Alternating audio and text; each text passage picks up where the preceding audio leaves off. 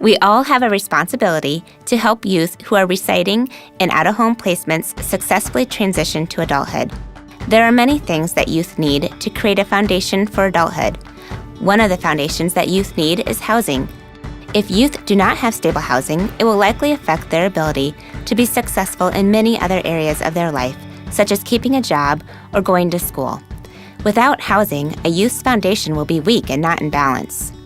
Youth need stability in each area in order to keep all the other areas stable. We know from research that youth who transition out of foster care have a higher chance of being homeless. Currently, 1 out of every 4 youth who age out of care in Iowa will experience homelessness. Moving outside of the support of foster care sounds exciting, but it is also very stressful. Preparing youth for this transition ahead of time and talking about the options with the youth and their team of supports may help reduce some of the stress.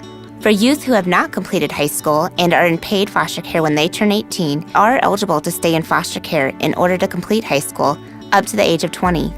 If they have already received their diploma or high school equivalent, they will need other housing arrangements at the age of 18. Youth need a lot of assistance and support to help them prepare for this major transition. Some youth choose not to remain in foster care despite not having their diploma.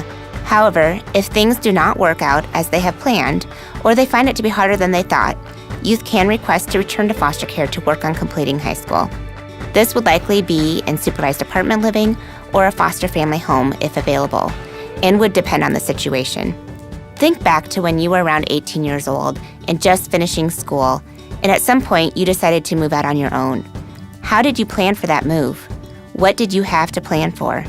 Who was there to help you? Do the youth we work with have these same supports? Often the answer is no. This is why you play such a vital part in preparing and assisting youth in this process. This is indeed a process. It is not something that can be done at one time. The earlier, the better to help youth prepare. There are so many things going on at this age and decisions to be made. So overwhelming. They are constantly getting things thrown at them. For some of these youth, the foster care system has been their stability, and this can be a very scary time. So what are some of the things you can do to assist youth? First, educate and teach. No matter what age the youth you are working with, there is a starting point. Consider where they are at in their developmental level. Are there basic skills they still need to learn? Have them complete their Casey Life Skills Assessment and evaluate what areas they need to work on. What do some of these skills look like? Help them determine what their housing needs are. What does this look like? Living with a family or living on their own? What would be a better situation for them? Discuss what different types of housing options youth may have. Where do they want to live? What will they be able to afford? As you help the youth visualize where they want to live in the future, help them figure out, is their goal realistic? Does it match their budget? What can a minimum wage job really get you? They likely won't be starting off in a 3-bedroom house, attached garage, with the white picket fence. Once the youth has a goal of where they would like to be, then work backwards to what it would take to reach their goal. Starting points aren't always pretty. They may have to give up some of the things they want. Look at the things they need to reach their goal. Which of those things can be done now? Help them make a connection with how the activities they are working on now leads to what they want in the future. The second thing is practice. Despite what type of placement they are currently in, find a way for the youth to practice those skills. Reference the housing section in the tip book to find activities that can be done with the youth, such as filling out a rental application, a roommate agreement, or going over how to maintain housing. Practice cleaning and household maintenance, going to look at apartments. Practice making phone calls to landlords or mock rental interviews. Find housing programs that may be able to assist, like Section 8 or the Housing Authority. Give them opportunities. When it comes down to it, and it's time to line the housing up, help provide them the opportunities to turn their housing applications in and finding resources for fees if needed. Making the calls to find what is available. Touring the housing setting they will be moving to.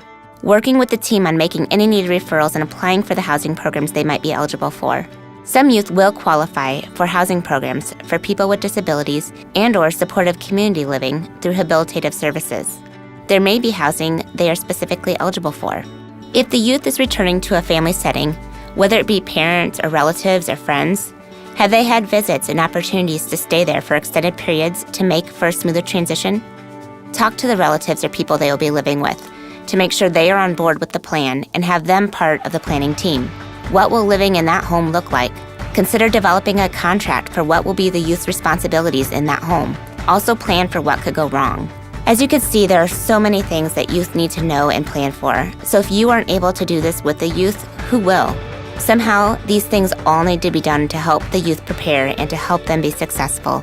You wouldn't send a person out to rock climb up a mountain without the right training and equipment.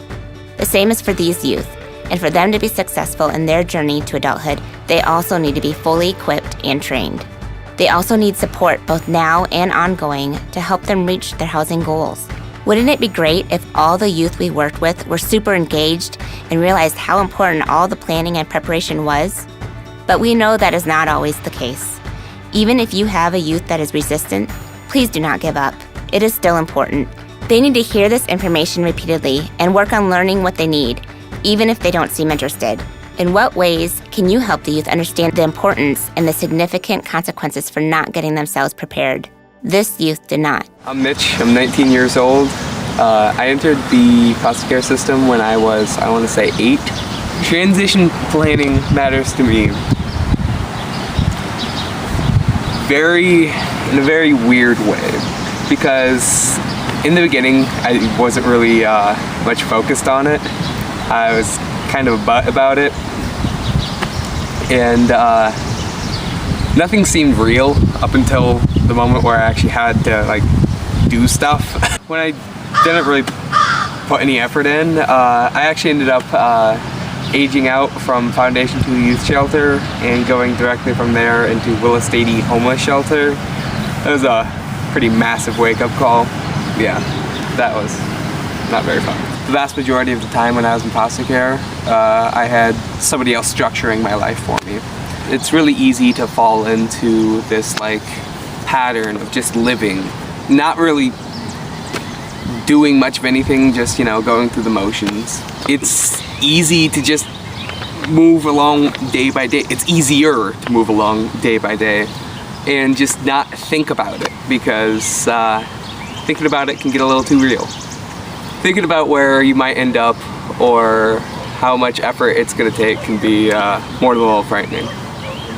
You have somebody telling you how to do something and when to do something all the time, then you end up looking towards somebody to push you. And then when those people aren't there anymore, you're just like, oh, what do I do? This youth regretted that he hadn't been more engaged in the process, despite repeated attempts from his providers and case manager to encourage him. However, when the time came that he was ready to move forward, he did know the resources available to him. This is not going to be a one-and-done conversation. We know teens need multiple opportunities to practice skills and hear messages several times. And they learn better if we can make it real and personal to them. The youth need a team around them supporting them in this endeavor. Thank you for working with our youth in foster care and taking the time to make a difference for each one of them. The transition planning specialist in your service area can be a resource for you if or when you need it, especially with those youth who will have a more difficult transition or have higher needs. Feel free to invite the TPS to be a part of the team planning. We all need to work together to help these youth transition and build a stable foundation for adulthood.